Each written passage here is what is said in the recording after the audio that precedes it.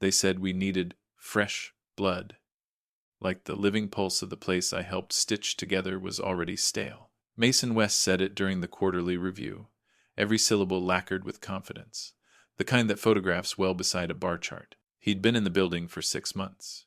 I'd been here since day zero, since the warehouse in Charlotte, with cracked windows that rattled when the freight trains passed, since the folding tables and the orange extension cords, braided across concrete like hazards, we learned to step around in our sleep. He took the head of the table like it had been custom-made to his measurements. New suit, sharper than our server blades. Deck after deck synergy. Scalability, market penetration, slides sliding as if speed were wisdom. The room nodded the way rooms do when money is watching. I kept my hands folded, looked small, listened large. People forget that quiet doesn't mean absent. It just means you're collecting. Frank, your work has been adequate, he said, searching his laptop for the word as if it were data. Adequate. I held the syllables in my mouth the way you hold a penny, metallic, ordinary, suddenly heavy. 3 years building the back end he never had to think about. The midnight crawl under racks when a quick change from someone's demo broke the only bridge we had. I learned the dimensions of those server rails better than some people learn the dimensions of their own living rooms. He flipped to a slide titled Team Restructuring. The fonts got bigger, my stomach cinched smaller. I have seen restructures dressed as innovation. They are often subtraction, masquerading as flight. I glanced around the table and counted who looked at me when the slide changed. Not many. The founders did once, back when they still wore hoodies and remembered my name without checking a calendar invite. They used to joke that if the database was our cathedral, I'd laid the stones. Now the cathedral was crowded with tourists and a tour guide with better hair. When the room emptied, I went back to my office and opened the directory. 4 new hires in the last month. Titles that felt ceremonial. Salaries that did not. None of them were there the night the demo crashed and we soldered together a miracle with caffeine and spite. None of them knew that the proprietary core, everyone praised, lived on an architecture. I sketched on napkins and taught myself to harden because we couldn't afford the tools yet. I opened my contract. Not the memory of it, the file. I read like a person who remembers he has a spine. Clauses I'd skimmed when the rent was due and belief was cheaper than certainty began to breathe. The page did not warm me, but the cold in my chest arranged itself into something useful. Steel is just iron that survived pressure and remembered how. I made a list. Then I made copies of the list. I wasn't planning anything. I was preparing for the math other people insisted was magic. The beginning was a narrow staircase above a pizza shop that smelled like heat and oregano even at midnight. We paid in equity, which is to say, we were paid in futures. In a currency that didn't buy groceries but bought belief. Caleb Torres and Noah Caldwell had a thesis that small businesses deserved enterprise dignity, data that behaved, dashboards that told the truth, without hand-holding. They had words and a whiteboard. I had a backbone made of code and stubbornness.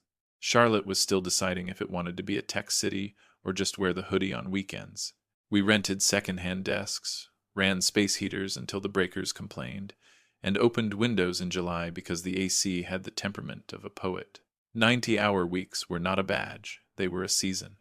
I learned which vending machine coil released the last seltzer if you bumped it with your hip and whispered please. On good nights, the streetlights held our faces in a thin amber, and we said we were almost there. On bad nights, we said nothing and typed. There is a hush just before a solution arrives, like water pausing at the lip of a cup. Year 2, I rewrote the Spine New Memory Model, a query planner that didn't flinch, an indexing scheme that treated time like a first-class citizen. Latency fell to its knees. Everything else followed.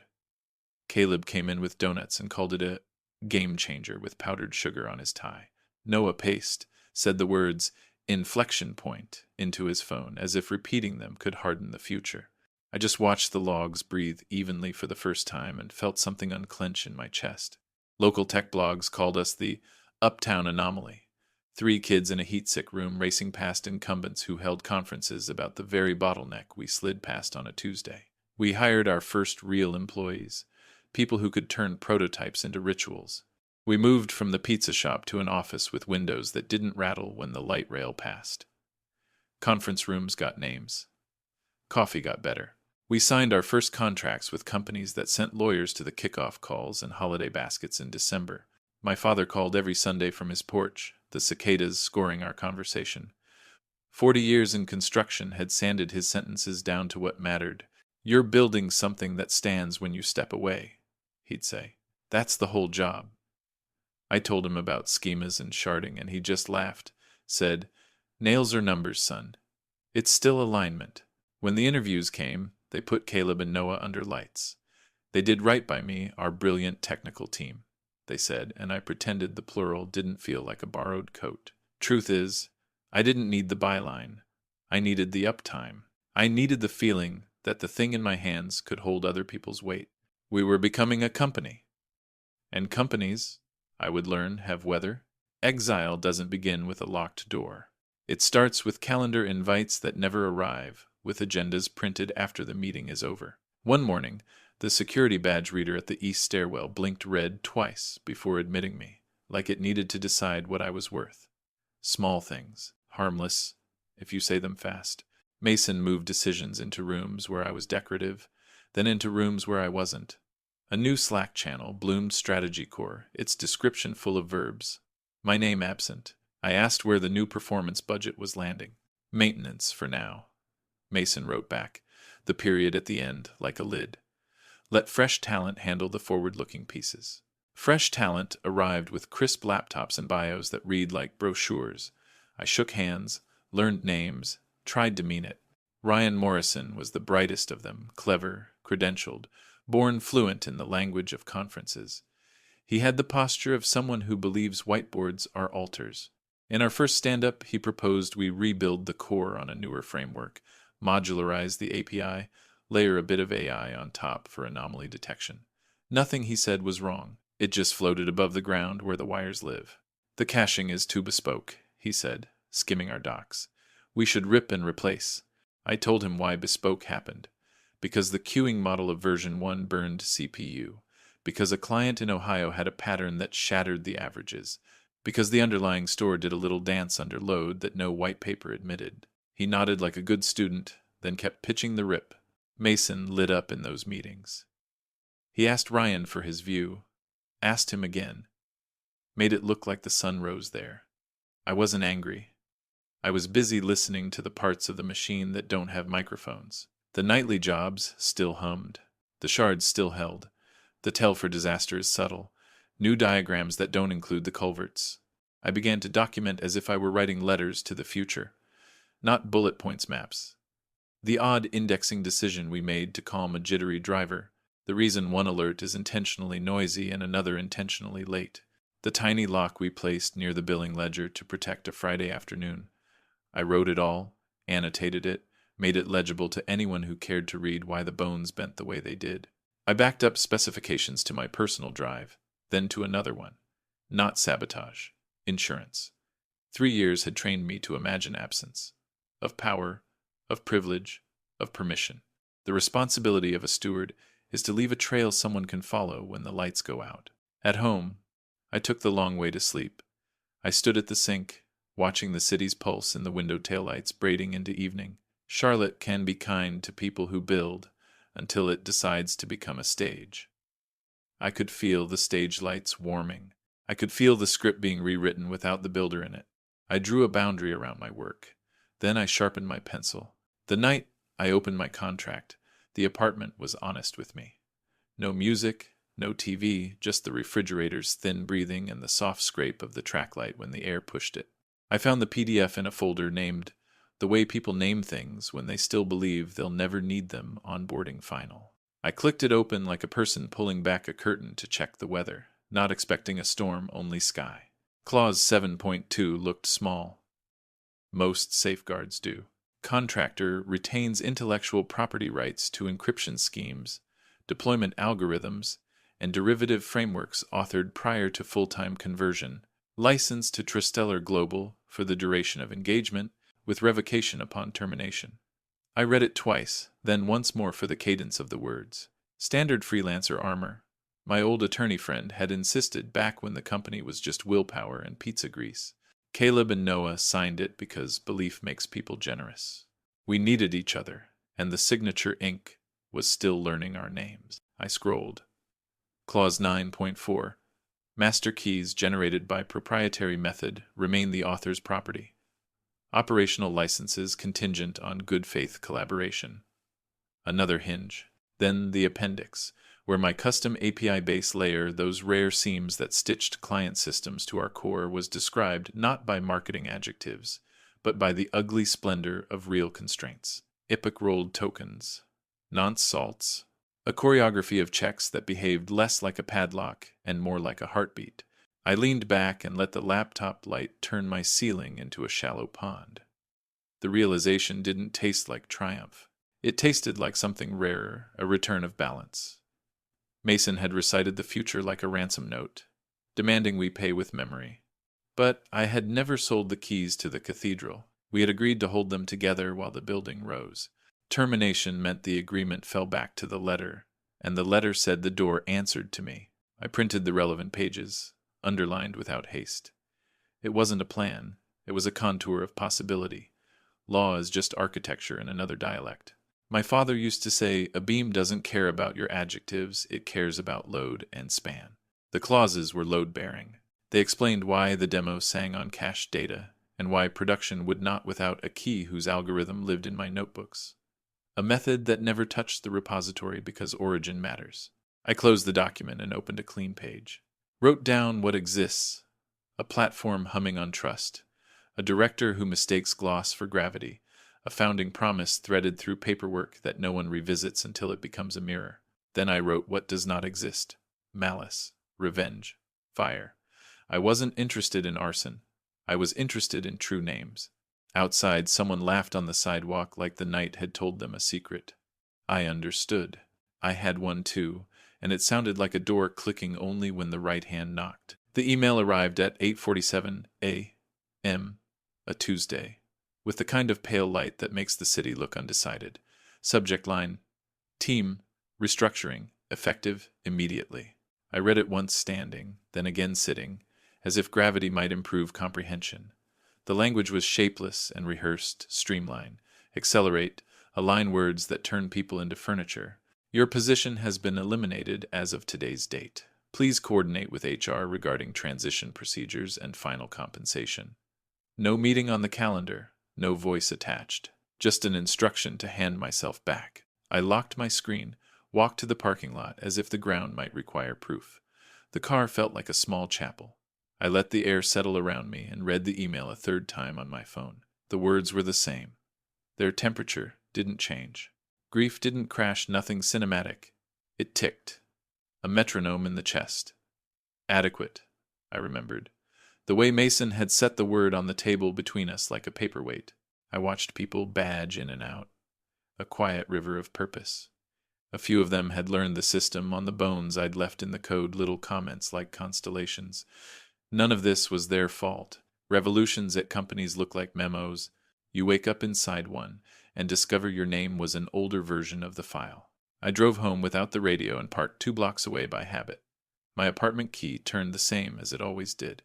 The ordinary kept its promise: coffee, sink water, the soft fatigue of the rug under bare feet. I forwarded the email to a folder named Archive, because naming it Loss seemed too dramatic, and naming it Proof seemed too loud. Then I opened a blank note and wrote 3 lines. Today they let me go. The platform still runs on the keys, I wrote. I will choose what these facts mean. I wasn't angry. Anger is bright and spends fast. I wanted something slower and more precise. A mirror, maybe. Something that returned only what stood in front of it.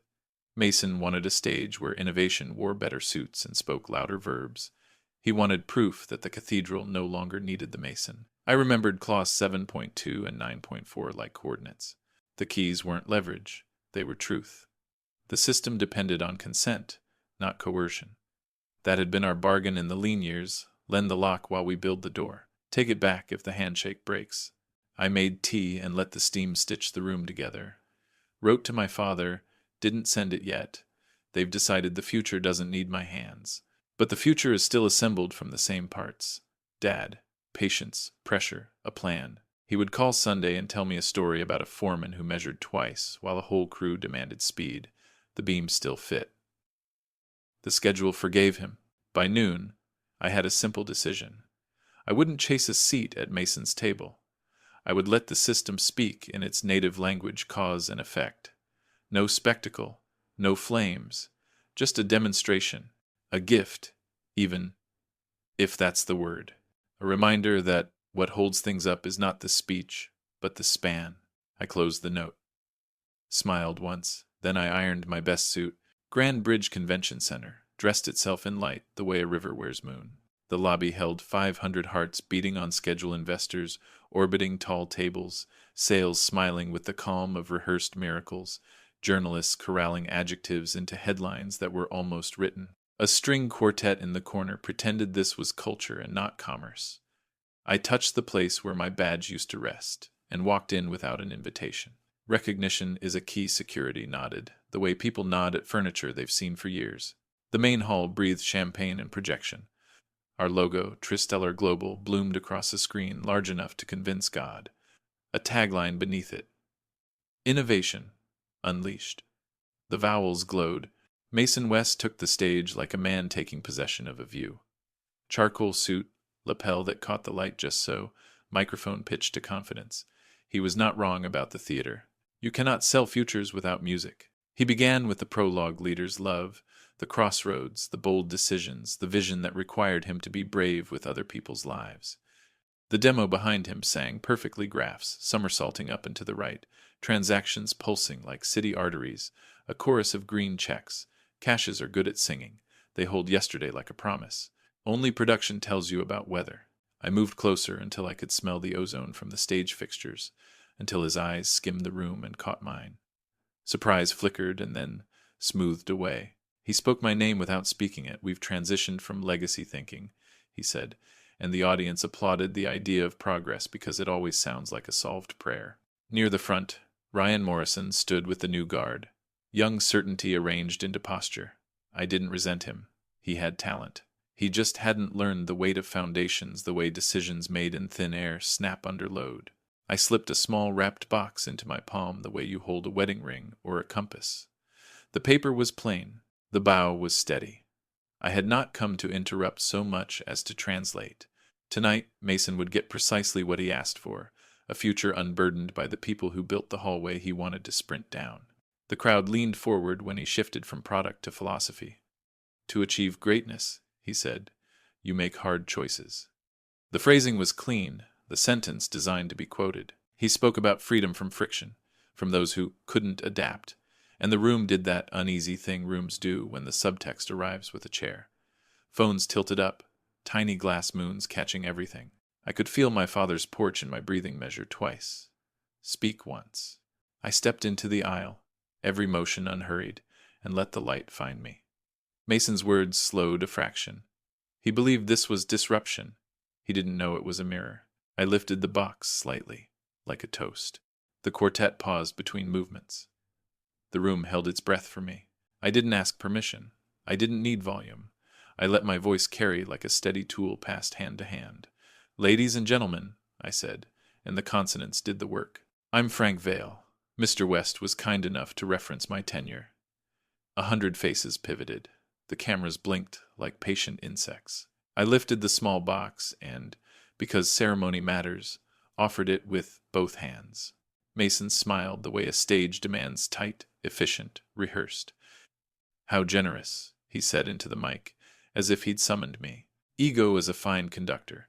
It makes men graceful until they feel the current bite. He stepped down, shoes whispering against the riser, and met me at the lip of the stage. Up close, the heat of the lights turned his cologne thinner. We were two people who knew a secret about the same room. That belief is louder than truth, until truth turns off the sound. For you, I said softly, not performing for the audience, to mark the moment. He tore the paper with a careful haste, a man balancing composure and schedule. The lid lifted. Inside, a single USB drive, matte black, with a neat white label, Tristellar Global Master Production Key. For a heartbeat, he didn't read, he only looked.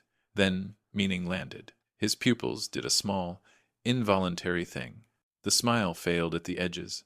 What is this? He asked. No microphone this time. Just a voice in its natural size. Exactly what it says, I answered. The encryption master. The deployment algorithm's answer to a question only one key knows how to ask. I felt no triumph. I felt alignment. Behind us, the demo screen gave a flicker, as if a stagehand had exhaled too close to a candle. Caches finish their song. Then the band stops. The screen went dark with a tenderness that stole more breath than drama would have. The quartet glanced toward their conductor. A few investors raised their phones and caught themselves taking pictures of black error chimes bloomed around the room, discreet, apologetic pings from tablets and laptops losing the thread. Timeouts unfurled. The live feed, suddenly not alive, displayed a polite apology no one had written for this many eyes. Mason didn't move. He held the USB between finger and thumb like a relic and stared at me for the manual to a moment he'd authored. "You can fix this," he managed. Grief already bargaining. "It isn't broken," I said. "It's honest." I kept my body still, giving him the dignity of silence around the truth.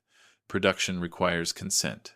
That was always the design. Clause 7.2. 9.4 You signed the doors before you installed the windows. Ryan appeared at his shoulder, eyes bright with fear and comprehension dueling. "We're fully locked out," he whispered. I don't know this method." "You will," I told him, and meant it. "There's a reason for every bend in the bones." Mason lifted the mic again, tried to swallow the panic into narrative. Words failed him. That was new. He looked at the USB, then at me, then at the audience that had come to believe. I made it easy. "Ask," I said. Not a taunt. An instruction to the only ritual that still worked. The room stayed very still, as if stillness could postpone consequence. I placed my hands at my sides, nodded once to the technicians who were not at fault, and stepped backward through the aisle the way you leave a chapel quietly, without turning your back on the altar. Sometimes the most merciful thing you can give a story is its real ending. Tonight, it arrived on time. Silence arrived faster than security. It wasn't absolute nothing ever is, but it felt like a dome settling over the room. The large screen held its black like a curtain that wouldn't rise. Around me, the slick percussion of failure spread in gentle clicks. Keyboards tapped without response. A tablet chimed, "Retry," and then apologized for asking. Investors lowered their glasses and lifted their phones. Not to text, just to hold on to something with edges. Technicians hurried toward the stage, earnest and blameless, checking cables the way doctors check pulses when they already know. A projector rebooted. The logo flashed and died with that tender reluctance of a light bulb at the end of its life. The quartet put their instruments down and folded their hands, as if sending a small prayer up the rafters for the sound to return. Mason tried to speak narrative back into the air. "A minor glitch," he said, aiming for casual, but the microphone made honesty out of timbre. Close up, I saw his knuckles whiten around the USB. The label turned toward his palm like a secret he wanted to warm. He leaned toward Ryan. "Fix it," he mouthed. The two words broke softly against the edge of the stage and fell. Ryan's face held the exact expression I wore my first month with the system, the humility of discovering the map doesn't match the terrain. The production gatekeeper. "I don't have the method," he whispered. "There's no repo trail. The token dance, this isn't anything I've seen." His voice wasn't defensive. It was truthful. Truth makes a young engineer older by a year in a single sentence. A woman from the investor side slipped off her heels and stood barefoot on the carpet, steadier that way, calling her office with a voice that learned to sound calm when the market doesn't. A journalist beside her flipped a notebook to a clean page. The words they wrote were not the ones Mason commissioned earlier in the evening.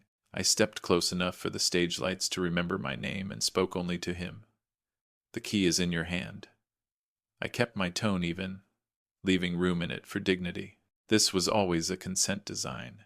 You never owned the cathedral. You were licensed to worship in it. He's answered to Edo. Enna. He swallowed once. The kind of swallow that hurts pride more than throat. "Frank." My name left his mouth like a coin unwilling to be spent. "Unlock it. Please." "Will." He didn't finish the sentence. He couldn't decide whether to offer money or apology or both.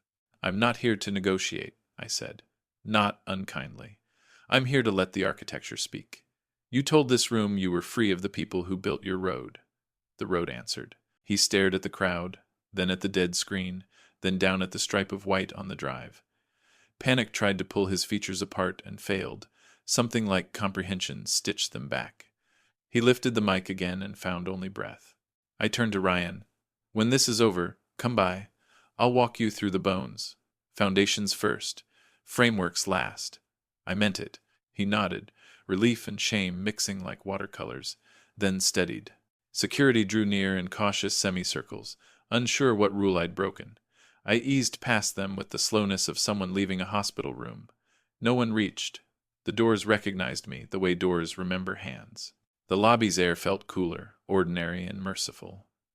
Outside, the night had kept its appointment with the city. Headlights braided into a kind of proof. Movement continues. Behind me, somewhere under a ceiling I once helped to pay for, a story revised itself to match the facts. I did not look back. I didn't need to. The week reset the room to its true size. By Monday morning, the blogs had teeth. They preferred the word spectacular, as if the failure had rented a costume. Spectacular outage, spectacular miscalculation. Reporters called me for comment. I said nothing. Silence travels farther than quotes when it's pointed in the right direction. Our valuation graphs tried their best to soften the fall, then accepted gravity. 60% in 5 days looks like a mountain remembered it was a cliff. Mason called before dawn on Tuesday, then again at lunch, then every hour, the way someone knocks on a door they've already tried the handle of. The voicemails evolved like a time-lapse of weather. First, authority, we can resolve this professionally. Then, negotiation, let's discuss a consulting arrangement. By Thursday night, the kind of voice that names the cost out loud. Frank, please. Unlock production. We're hemorrhaging. I'll put anything you want in writing. I listened to none of them all the way through. Not cruelty. Clarity. The architecture was speaking. I let it finish its sentence.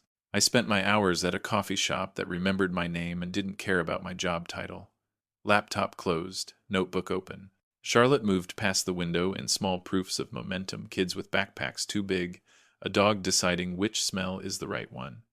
I wrote out the map again. What exists, what doesn't. Anger remained absent. A steadier current replaced it. The one my father taught me to trust, do the next true thing. On Wednesday, I met with Caleb Torres at a quiet diner on South Boulevard. He looked older than the last time I'd seen him, but in the way Goodwood darkens grain pronounced, not brittle. He ordered coffee, black, and listened the way founders only remember how when the world stops clapping. I slid the relevant clauses across to him. Underlined, not triumphant. We wrote these together, I said. They kept us honest when there was nothing else to keep us. He nodded without defense. I forgot what we promised each other, he admitted, voice small enough to fit in the booth. That's on me. By afternoon, calls with 2 board members found a simpler rhythm than I expected. They were less angry than tired. Markets punish confusion more than failure. Mason had given them both. We need to steady the floor, one said. Can you do that? I told her yes, with conditions. Restore stewardship, not spectacle. Rebuild trust with clients before we rebuild any code. Keep the young hires. Teach them the bones. Friday, they voted. The email was short. Mason West removed as Director of Operations, effective immediately. A second message, fewer adjectives still. Frank, will you accept the role? Equity attached. Autonomy, to fix what matters first. I stared at the lines until the words became lumber. Then I pictured Ryan's face in the wings, the technicians framed by failure they didn't cause, the clients who only wanted their data to arrive on time and whole. I said yes, with one more condition written in the oldest ink I own. We tell the truth, even when it's small. That night, I slept without dreams. The week had returned the story to its load-bearing walls. In the morning, we would start the work. On Monday, the server room sounded like forgiveness steady fans. Blue LEDs breathing, the faint click of health checks doing what they were made to do. I keyed the algorithm in by hand, a ritual more than a necessity, and watched production accept the answer like a door recognizing its owner's knock. No fireworks, just the ordinary mercy of systems that hold. We began with the smallest truth. Tell our clients exactly what happened, without the theater. I drafted the note myself, plain, precise, signed with my name and the title I hadn't worn yet in my mouth. We called it stewardship, not a reset. Calls went out in a calm choreography, Success leads, engineers in the room, promises dated and realistic. Within a week, contracts that had drifted toward the exit eased back into their chairs. You don't win trust with velocity. You win it with weight. I kept my condition. The fresh talent stayed. Ryan sat across from me in conference room Cyprus, palms open to the notebook, and I taught him the bones. We traced the odd detours, the midnight saves, the places where the system prefers diplomacy to brute force. He was quick and careful, grateful to be shown the shape beneath the surface. In time, I asked him to build an abstraction atop a piece of my earliest work. He returned with something that didn't break the spine. It felt like the future honoring the past in the only language that counts. Fit. We changed other things too, but slowly. Reviews became dialogues. Demos had kill switches and truth in their notes. I asked the team to write down not just what they built, but why they believed it would last. The office felt different, lighter. Somehow, but anchored. On Fridays, we folded laptops early and let the city's light in. Someone put a plant by the east windows, and it didn't die. I heard about Mason through a mutual acquaintance, a smaller company in Atlanta, a role that left him less stage and more hallway. I wished him steadier rooms than the one he tried to manufacture here. People are not villains. They are weather systems, some harsher than others. He had mistaken the climate for his reflection. I hoped he learned to look past the glass. On Sunday, my father called. Cicadas again. He listened while I told him the long version, the one without headlines. "Sounds like you didn't burn it down," he said. "Just open the windows," I laughed. "We're building something that stands, Dad." He didn't say I told you so. He didn't need to. There are nights now when I stay late on purpose, not to rescue but to confirm. I walk the aisles, lay a hand on the racks like a person patting a sturdy railing, and think about the geometry of consequence. Revenge is noisy and brief. Care is quiet and long. Mason asked the world to free him from the people who made his road. I gave him exactly that and watched the road answer. Then I repaired it for everyone who still needed to walk. I shut off the light. The room kept humming.